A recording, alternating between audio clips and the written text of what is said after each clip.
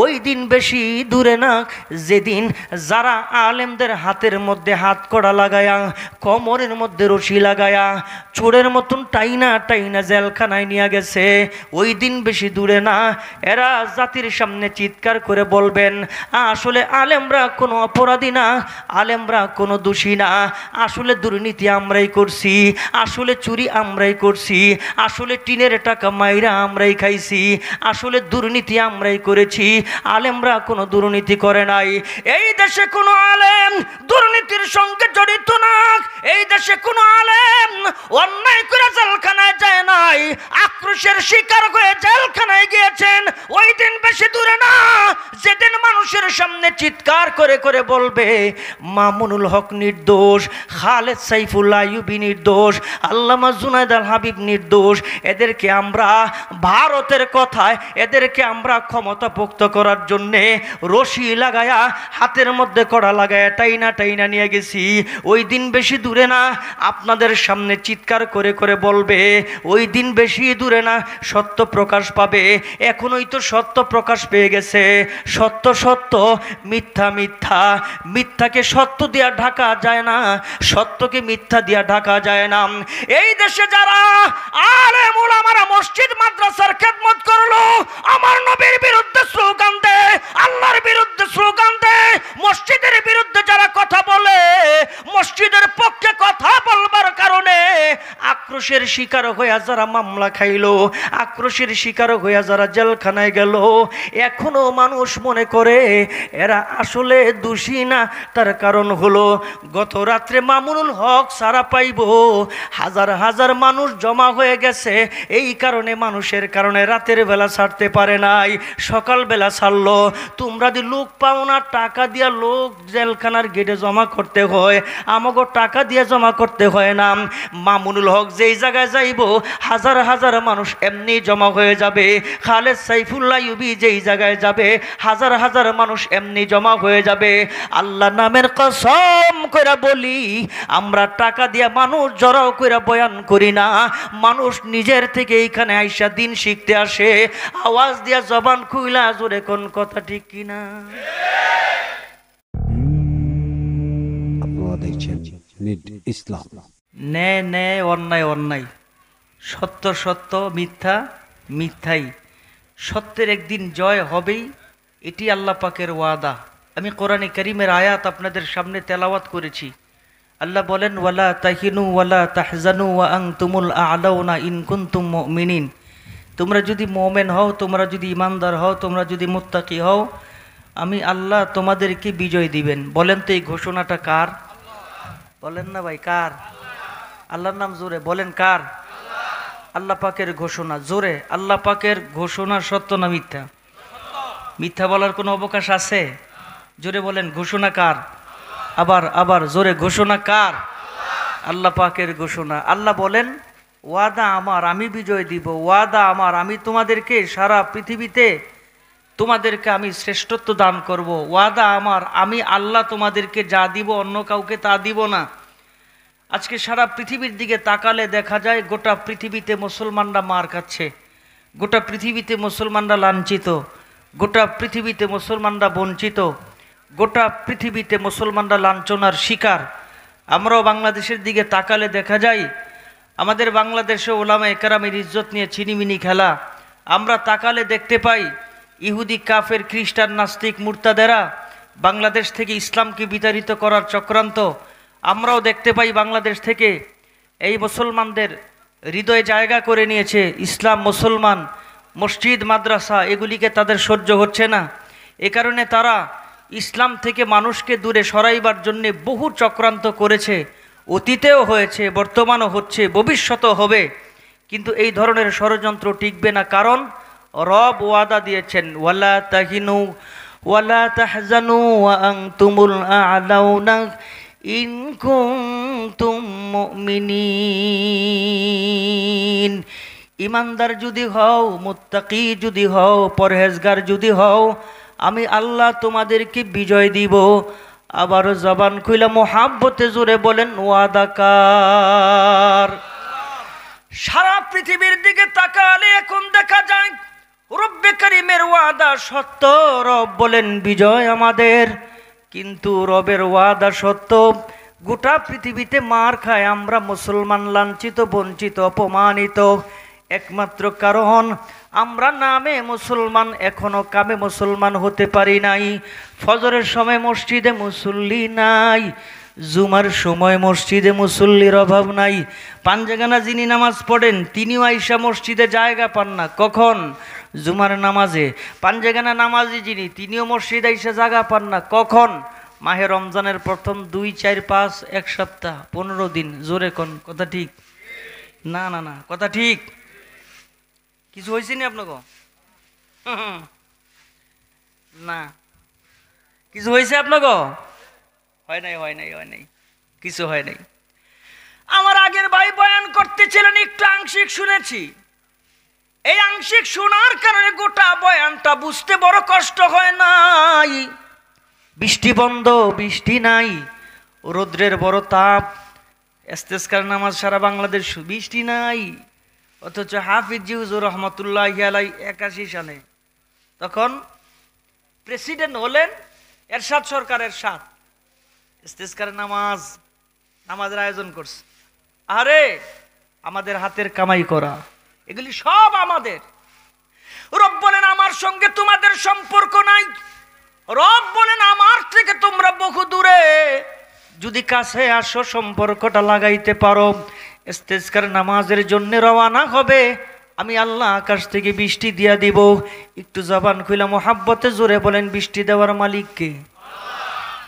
আল্লাহ মালিক। আল্লাহ বন্ধ করে দিচ্ছে, কেউ কিছু কইতে পারে না। সরকার নোটিশ দেয় না, এই বৃষ্টি বন্ধ কে, বৃষ্টি আয় না কে, বৃষ্টি কি হইলো বলতে পারে না, কেউ কিছু বলতে পারে না। কারণ একচ্ছত্র মালিক, এটার একচ্ছত্র মালিক। আরে 5 জিনিসের এলেম আল্লাহ ছাড়া কেউ জানে না। ইন্নাল্লাহা ইনদাহু ইলমুস সাআ ওয়া ইউনাজ্জিলুল গায়স ওয়া ইয়ালামু মা ফিল আরহাম ওয়া মা তাদরি নাফসুম মাযা তাকসিবু গাদা ওয়া মা তাদরি নাফসুম বিআইয়ি আরদিন তামুত। কেউ জানে না। হঠাৎ করে বৃষ্টির ছাপ, আকাশে মেঘ, কালো মেঘ জমা হয়ে গেছে, মনে হয় বৃষ্টি হবে। আরে মধ্যনগর মনে হয় উড়ায় দিব, আরে তুফান হবে। একটু পরে দেখা যায় মেঘ সরে গেছে, আর বৃষ্টি নাই। আর খবরের মধ্যে বলে বৃষ্টিপাতের সম্ভাবনা আছে, বৃষ্টি হবে এ কথা বলে না। কেন? এর কাছে তথ্য নাই, আভাস আছে, তথ্য নাই সঠিক। কখন কোথায় কিভাবে বৃষ্টি দিবেন একমাত্র আল্লাহ পাক জানেন। এগুলি আপনার হাতের কামাই করা, আমার হাতের কামাই করা। বাংলাদেশে প্রখ্যাত আলেমদেরকে হাত করা লাগায়া জেলখানায় বন্দী রাখবেন আর আল্লাহ পাকের রহমতের আশা করবেন, অসম্ভব, হতে পারে না। আলেমদের সাথে সুসম্পর্ক লাগান, ভালো সম্পর্ক করেন, আল্লাহ পাক আকাশ থেকে রহমতের বৃষ্টি অটোমেটিক দিবে। জোরে কোন ঠিক কিনা? আলেমদের সাথে দুশ্মনী কইরা না। কিছুদিন আগে এদিকে আসছিলাম কিছুদিন আগে, ঘটনা একটা শোনাইছি, আবারও শোনাই ঘটনা। ইমামে বুখারী রাহমাতুল্লাহি আলাইহি, ইমামে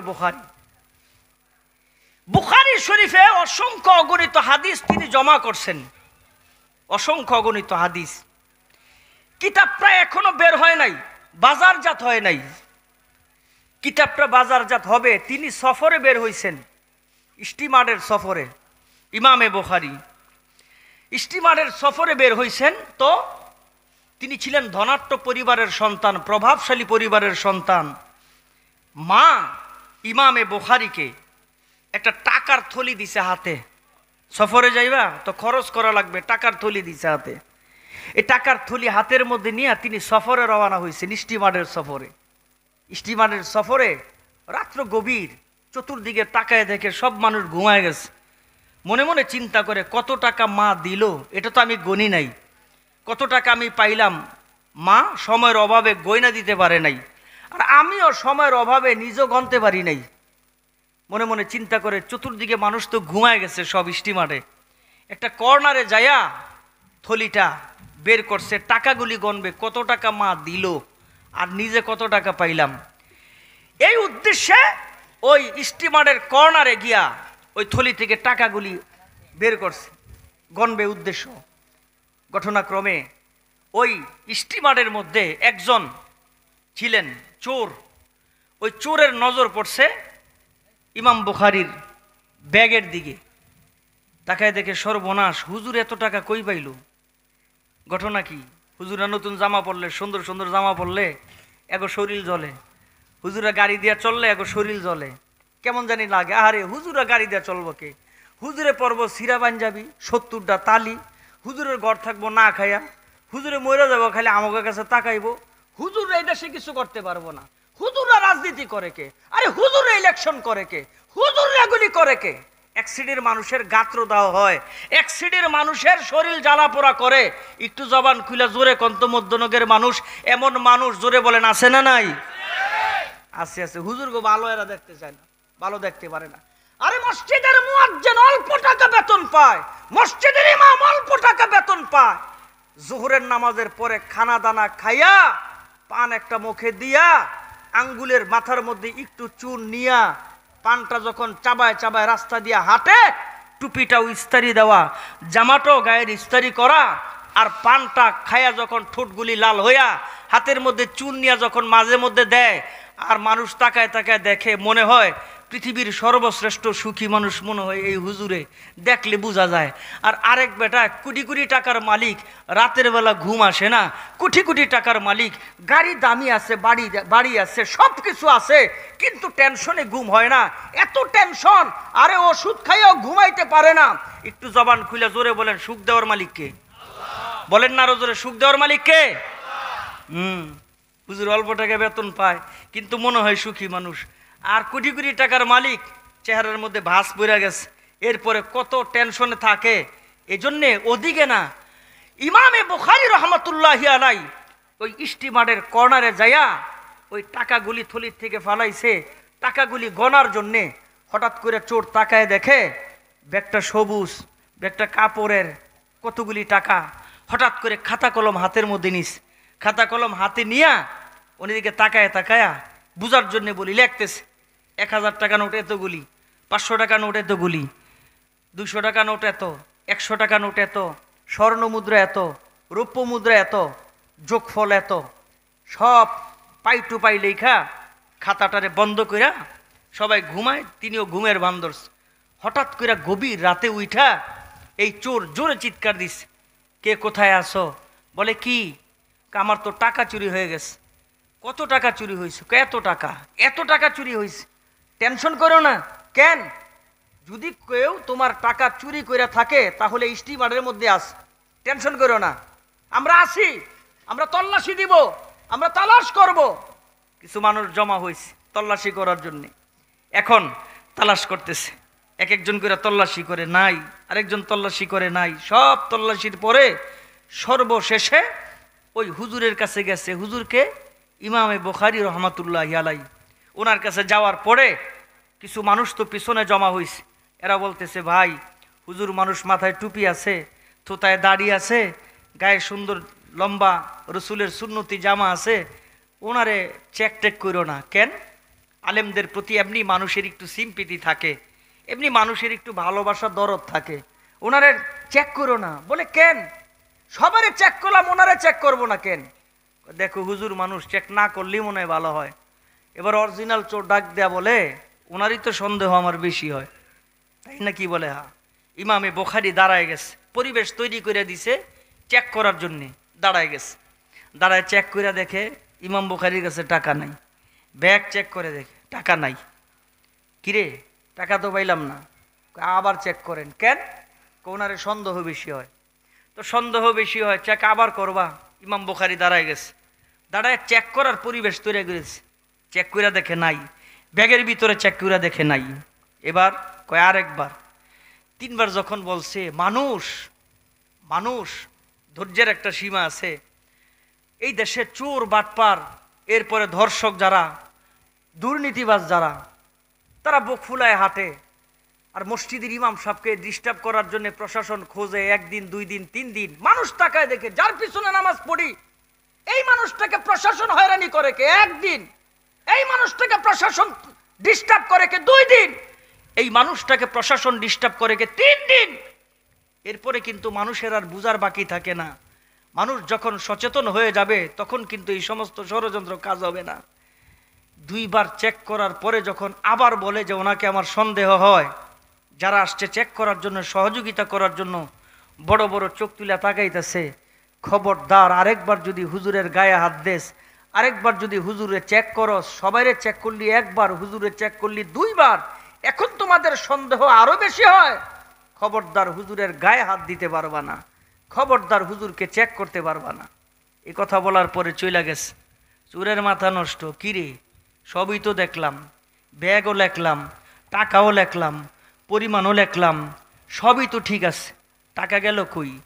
আবার রাতের বেলা ঘুমাইতে গেছে, সবাই ঘুমায়, চোরেও ঘুমায় না আর হুজুরেও ঘুমায় না। চোরে মনে মনে কে হইল কি, আর হুজুরে মনে মনে কয় করলো কি।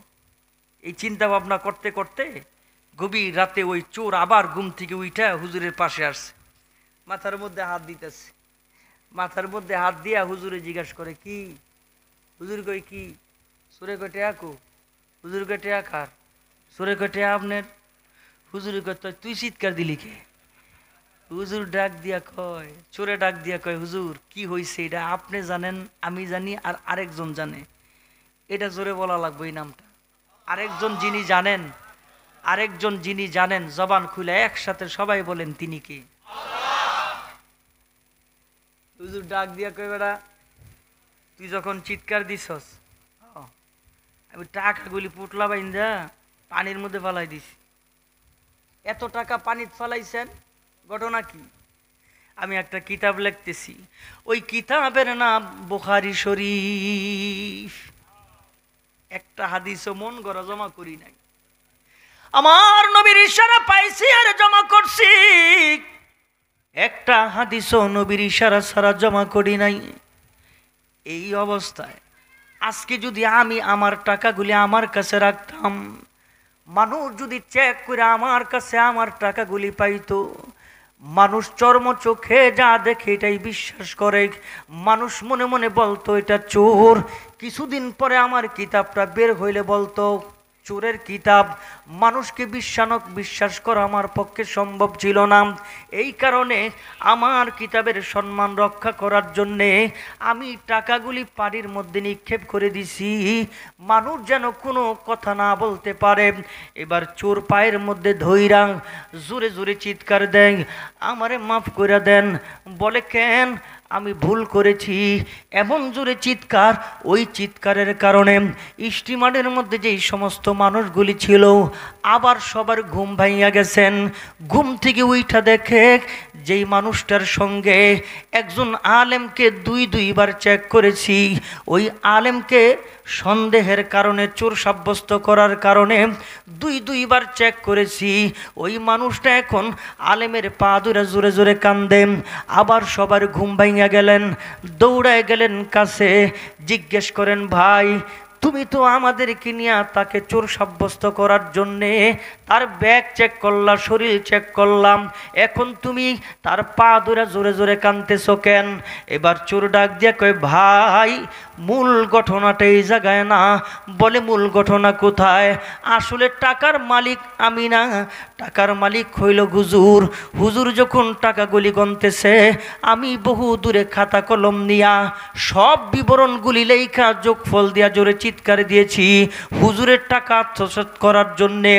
এখন দেখি যেই মানুষ একটা কিতাবের সম্মানের জন্যে এতগুলি টাকা পানির মধ্যে ফালাই দিল, ওই মানুষটা সাধারণ মানুষ হতে পারে না। যেই মানুষটা টাকাগুলি নদীর মধ্যে ফালাই দিল, ওই মানুষটা সাধারণ কোনো মানুষ হতে পারে না। হুজুরের কাছে মাপ চাই, আমারে মাপ করে দেন। আপনাদেরকে যাদেরকে ধোঁকা দেওয়ার জন্য কষ্ট দিছি আপনারাও আমারে মাপ করে দেন। জোরে জোরে চিৎকার করেন। আমিও আপনাদেরকে বলতে চাই, ওই দিন বেশি দূরে না যেদিন যারা আলেমদের হাতের মধ্যে হাত কড়া লাগায়া, কোমরের মধ্যে রশি লাগায়া, চোরের মতন টাইনা টাইনা জেলখানায় নিয়ে গেছে, ওই দিন বেশি দূরে না এরা জাতির সামনে চিৎকার করে বলবেন আসলে আলেমরা কোনো অপরাধী না, আলেমরা কোনো দোষী না, আসলে দুর্নীতি আমরাই করছি, আসলে চুরি আমরাই করছি, আসলে টিনের টাকা মাইরা আমরাই খাইছি, আসলে দুর্নীতি আমরাই করেছি, আলেমরা কোনো দুর্নীতি করে নাই। এই দেশে কোনো আলেম দুর্নীতির সঙ্গে জড়িত না।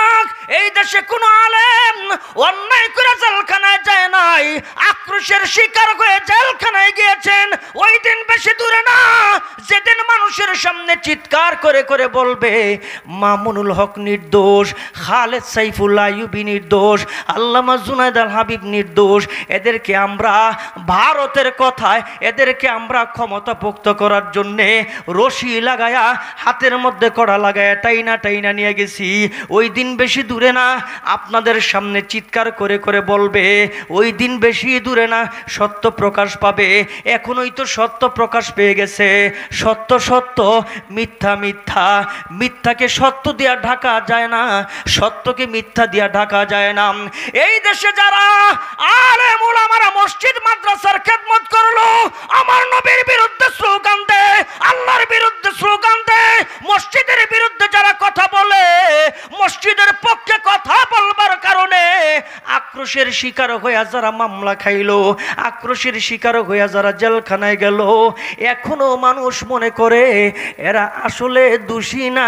তার কারণ হলো গত রাত্রে মামুনুল হক সারা পাইব, হাজার হাজার মানুষ জমা হয়ে গেছে। এই কারণে মানুষের কারণে রাতের বেলা ছাড়তে পারে নাই, সকাল বেলা ছাড়লো। তোমরা যদি লোক পাও না, টাকা দিয়া লোক জেলখানার গেটে জমা করতে হয়, আমাকে টাকা দিয়ে জমা করতে হয় না। মামুনুল হক যেই জায়গায় যাইব হাজার হাজার মানুষ এমনি জমা হয়ে যাবে। খালেদ সাইফুল্লাহ আইয়ুবী যেই জায়গায় যাবে হাজার হাজার মানুষ এমনি জমা হয়ে যাবে। আল্লাহ নামের কসম কইরা বলি, আমরা টাকা দিয়া মানুষ জড়াও কইরা বয়ান করি না। মানুষ নিজের থেকে এইখানে আইসা দিন শিখতে আসে। আওয়াজ দিয়া জবান খুইলা জোরে কোন কথা ঠিক কিনা? আজকে যদি মামুনুল লোক আহে,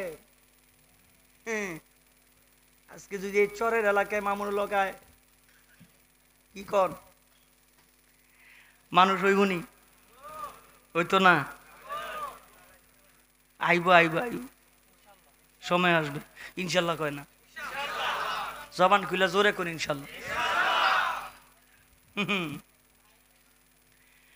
আরে বাঘের বাচ্চা তো বাঘের বাচ্চা বের হয়ে ঘোষণা দিছে কি, কালিমাতুল্লাহর জন্য আমি মামুনুল হক আমার জীবনকে উৎসর্গ করলাম।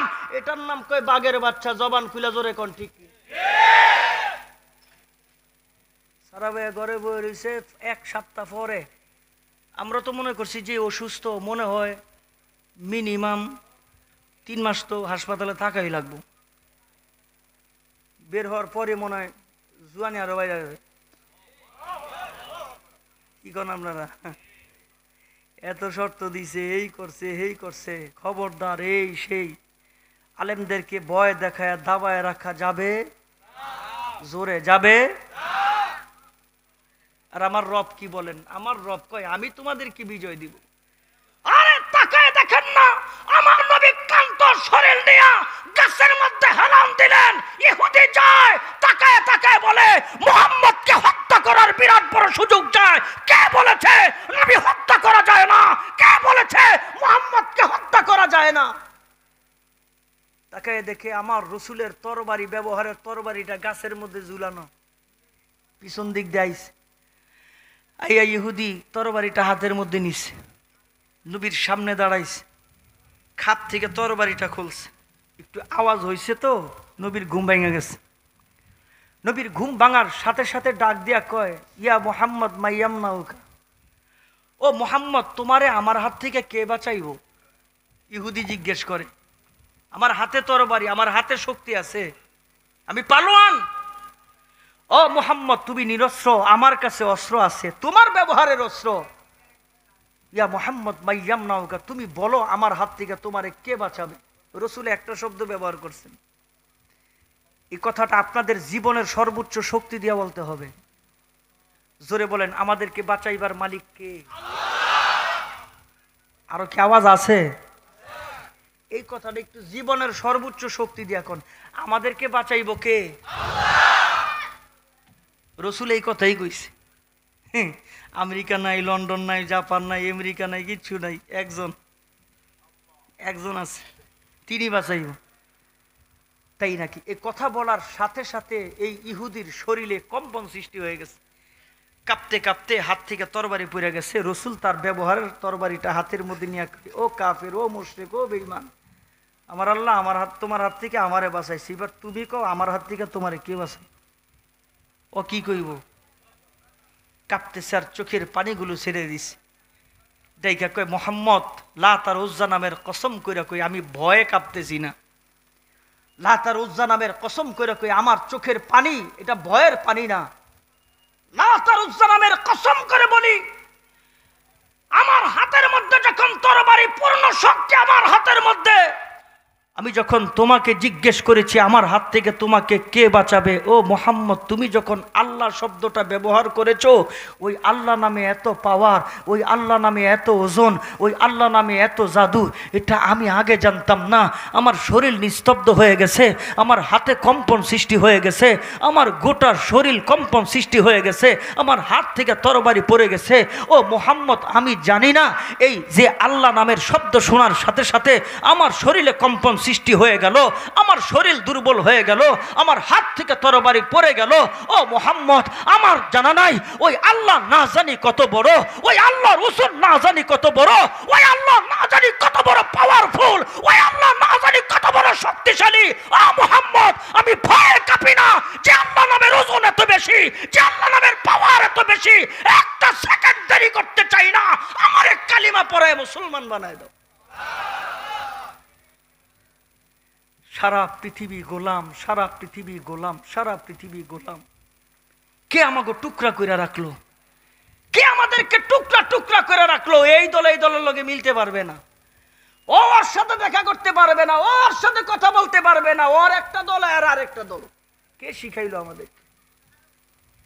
ফিলিস্তিনের মুসলমান। আমি আপনাদেরকে একটু বলি, আমি আপনাদেরকে বলি, এই যে হজের মৌসুম চলতেছে, এই যে হজের মৌসুম শুরু হয়েছে, হজের বিমানের ভাড়া কত জানেন?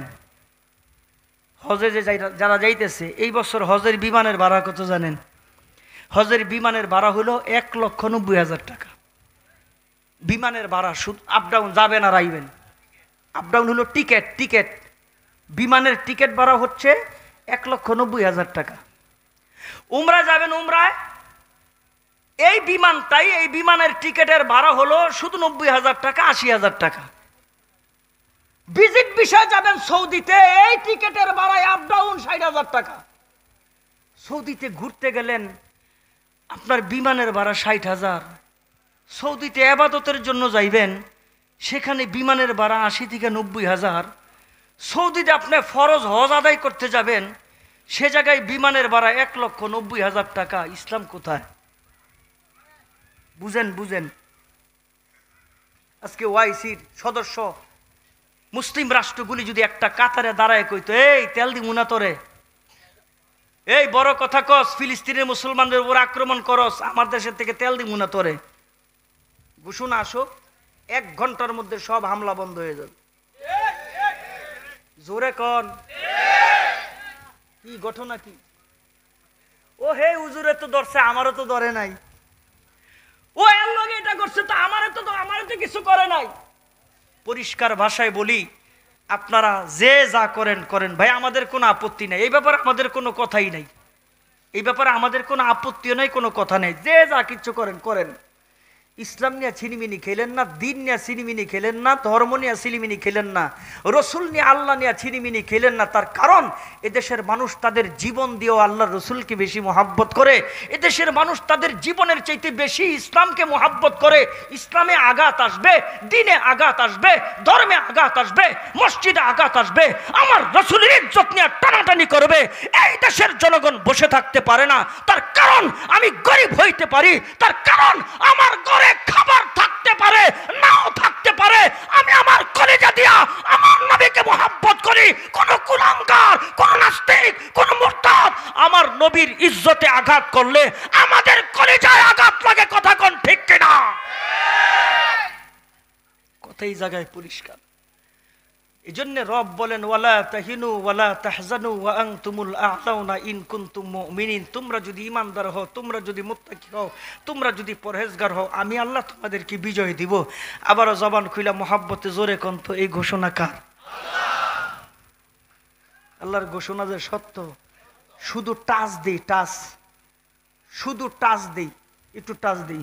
মুসা আলাইহিস সালাতু ওয়াস সালাম, মা আয়েশা কয়, আল্লাহ ফেরাউন যে ঘোষণা দিছে, ফেরাউন যে ঘোষণা দিছে, ইউযাববিহুনা আবনাআকুম ওয়া ইস্তাহয়ুনা নিসাআকুম, ছেলে হইলে হত্যা করবে। আল্লাহ ঘোষণা দিছে ফেরাউন, মেয়ে হইলে ছেড়ে দিবে। ঘোষণা দিছে ফেরাউন, ছেলে হইলে হত্যা করবে। আল্লাহ একজন দুইজন করে নাই, লক্ষ লক্ষ সন্তানরে হত্যা করছে।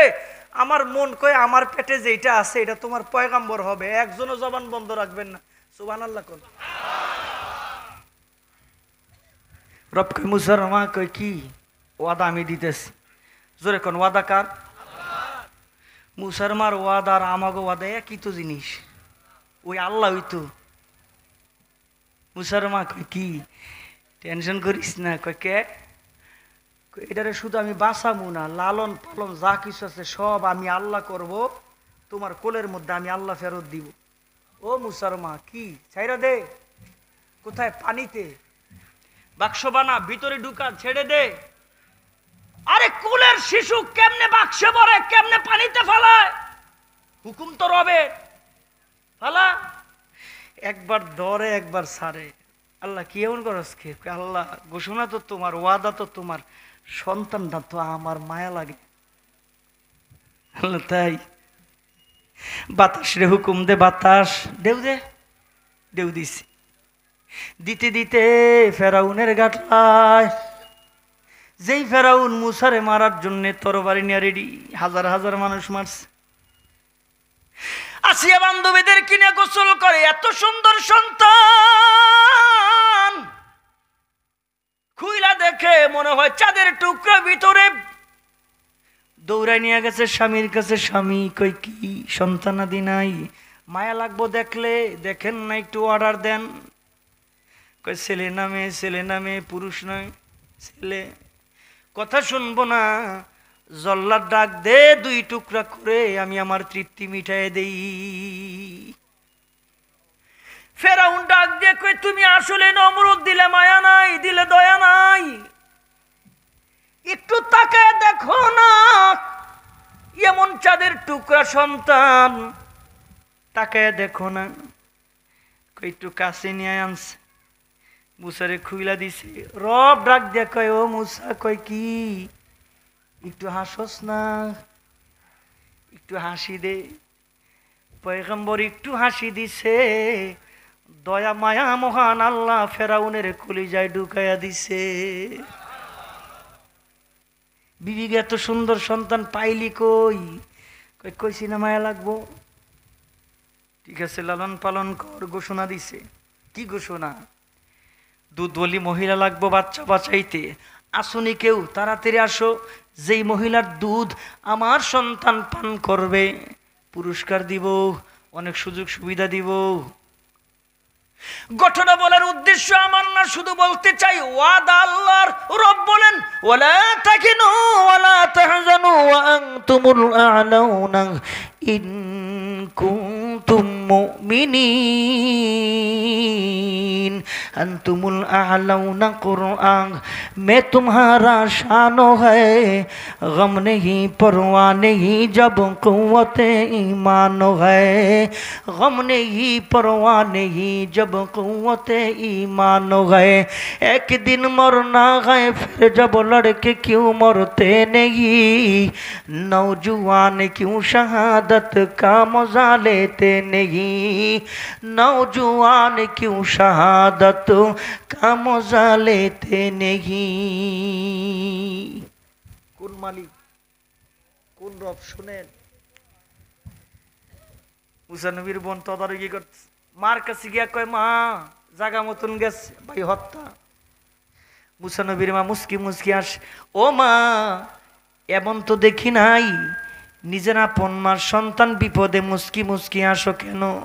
মা ডাক দিয়া কয় সন্তান তুমি জানো না আমার মালিক আমার সঙ্গে কি ওয়াদায় আবদ্ধ হয়েছে? আমার মালিক বলেছেন রক্ষা করবেন, আমার মালিক বলেছেন আমার কোলের মধ্যে ফেরত দিবেন। একটু জবান খুইলা মোহাব্বতে জোরে বলেন না ওয়াদা কা। এটার মধ্যে না বলি এটা সর আর নাইলে কই বনে হাজির নাজির নবী একটা স্যার খালি থুয়া দিছে এটার মধ্যে নবী বইছে মিডিয়া মুডিয়া ঝামেলা না বুঝেন না এমনি এমনি করলাম ঝামেলার মধ্যে আছি খুব আছে না এটি এর লেগে তো কইছে এই এলাকাত না হয়েছে কবরের মধ্যে কি জানি এনে না হয়েছে এদিকে না নাকি জিন্দা কবর উঠে এদিকে এই এলাকায় তো নাকি ওই তো একই আয় হায় রে কিরে যুবক রক্ত ঠান্ডা হয়ে গেছে কয় না বলে একজন দুজন কইছে আসলে রক্ত ঠান্ডা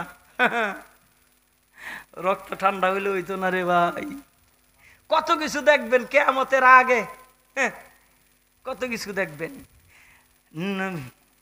কইতাম নি একটু নাকি না দরকার নেই আমার অন্য সময় কম হ্যাঁ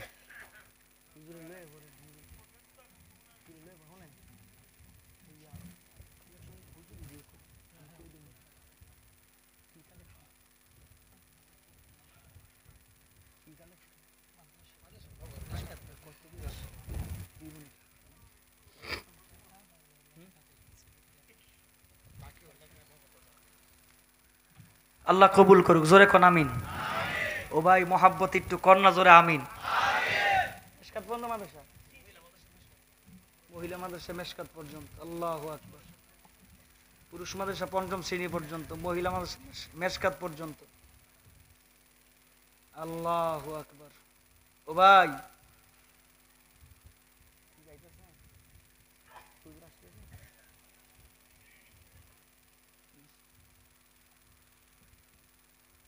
আমার ভাইয়েরা মুসা আলাইহিস সালামের মা তিনি ডাইকা বলেন ও মেয়ে আমি মুস্কি হাসি কেন জানো ফেরাউনকে সারা পৃথিবীর ফেরাউন একসাথে হইলেও আমার সন্তানকে হত্যা করতে পারবে না কেন ওয়াদা দিছে একজন জোরে বলেন তিনি কে ওই আল্লাহ তো আপনারা আমারে ওয়াদা দিছে বিজয় দেব আল্লাহ ওই আল্লাহ আপনারা আমারে ওয়াদা দিছেন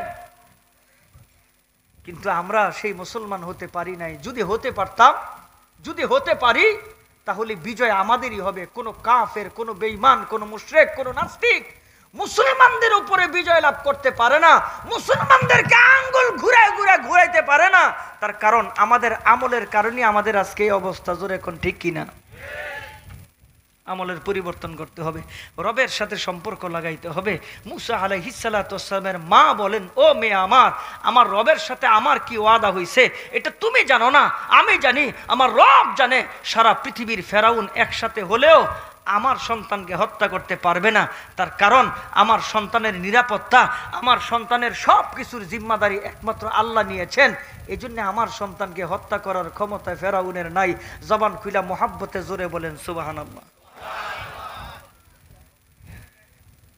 কোরআনে কারীম 30 পারা 30টা মানুষ সর্বপ্রথম একটু বলেন যে হুজুর এই মাদ্রাসার জন্য 1000 টাকা করে দিব হুজুরে আসার আগে আগে এই মাদ্রাসাটার জন্য 1000 টাকা করে দিব মহিলা মাদ্রাসায় মেশকাত পর্যন্ত মেশকাতের যে কিতাব অনেক টাকা লাগে আমার ভাইয়েরা হযরত আসার আগে একটু এলোমেলো কথা হযরত আসার আগে একটু মেহেরবানি করে বলেন 1000 চাইছি দেখে আবার হুদা 1000 দিয়েন না জাগো একটু তৌফিক আছে বেশি একটু দিয়েন কোরআনে কারীমের 30 পারারে মিলায়া 1000 টাকা কইরা আছেন কেউ নগদ 1000 টাকা কইরা দিবেন কি নাম মোহাম্মদ আবু ওসমান